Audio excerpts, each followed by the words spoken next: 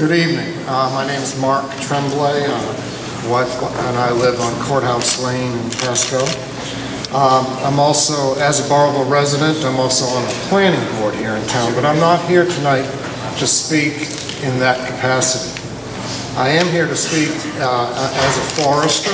I've worked in this southern New England for about 30 years now, and I've actually been a member of the advisory and technical committees for the 1999 Urban and Community Forest Plan, the 2005 Forest Resources Management Plan, and more recently, the 2010 Forest Resources Assessment and Strategies Plan.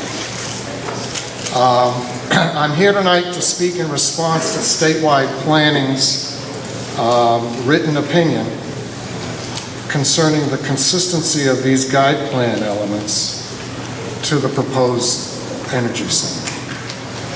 This is Statewide Planning's supplementary advisory opinion that I'm focusing on. All three of the guidance documents referred to have a common theme, and that is minimizing further fragmentation of the forest resources of Rhode Island.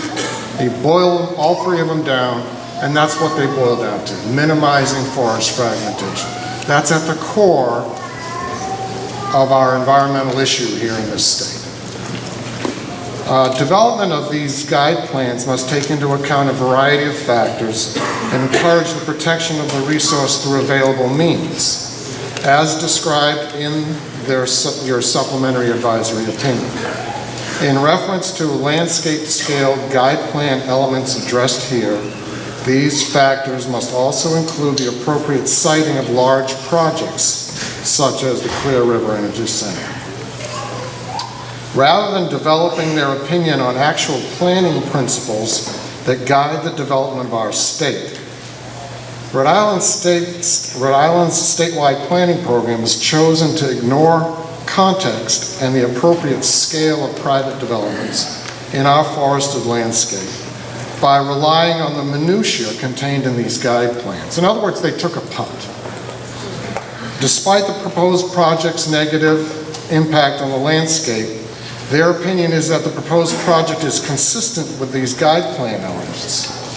Recognizing that private development will occur and that private property rights are an important tenet of land ownership and land use, the scale and context of such development must be considered in determining the appropriate type of development and the extent to which private property rights can supersede the public good. Thank you, sir. Lynn Gania.